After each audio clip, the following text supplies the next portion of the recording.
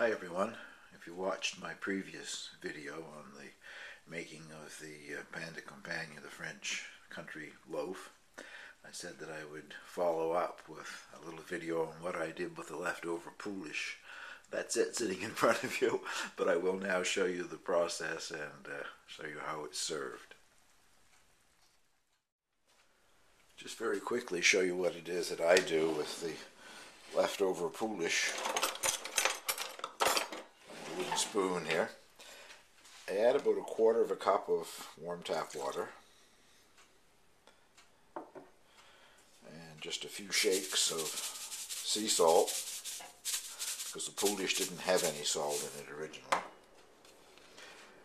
and then enough flour to make a stiff batter.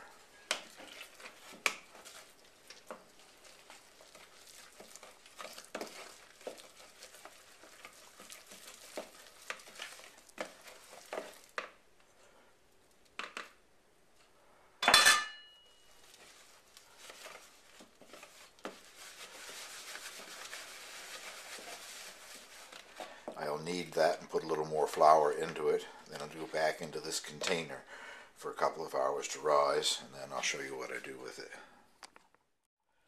I'll show you what I do with that little bit of leftover Poolish after I made it into sort of a dough. It's risen for a couple of hours, starting to work quite nicely. I just deflate it.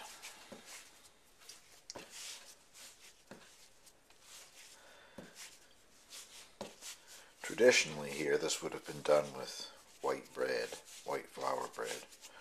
I don't think my mother or my grandparents ever made anything but white bread, so that gives you a nice piece of bread dough anyway. What I'm going to make is what they call locally here a dough frogger. It's fried dough or a doughboy or whatever you want to call it. I'll just make one.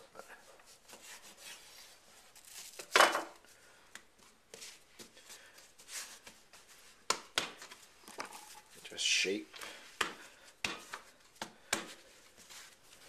piece of the dough. These are also, I think, the same thing if you've ever been around a Canadian fairgrounds anywhere in the fall, or Canadian National Exhibition in Toronto, or the A&E here in New Brunswick, the Atlantic National Exhibition. They call them beaver tails. And you take your dough frogger or beaver tail or whatever, and you fry it. I use a cast iron skillet. I'm using corn oil. I think my mother would have used a solid vegetable shortening. And one of my aunts always deep fried hers. And I'll show you what it looks like in a second when I flip it over. I think I haven't been paying attention here. I got this a little too dark on the other side, but it'll still be tasty. As you can see in the frying process, the dough quickly rises here. Well, I guess that's not too bad. Just a little on the dark brown side. Anyway, once you've flipped it over, you continue cooking until the other side is a nice golden brown. Well, once fried, in my family, it was always served with Crosby's molasses.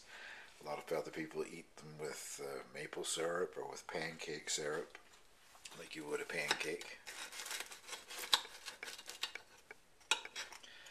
It sort of takes me back to my childhood. This would have been a great treat in the evening with a cup of tea.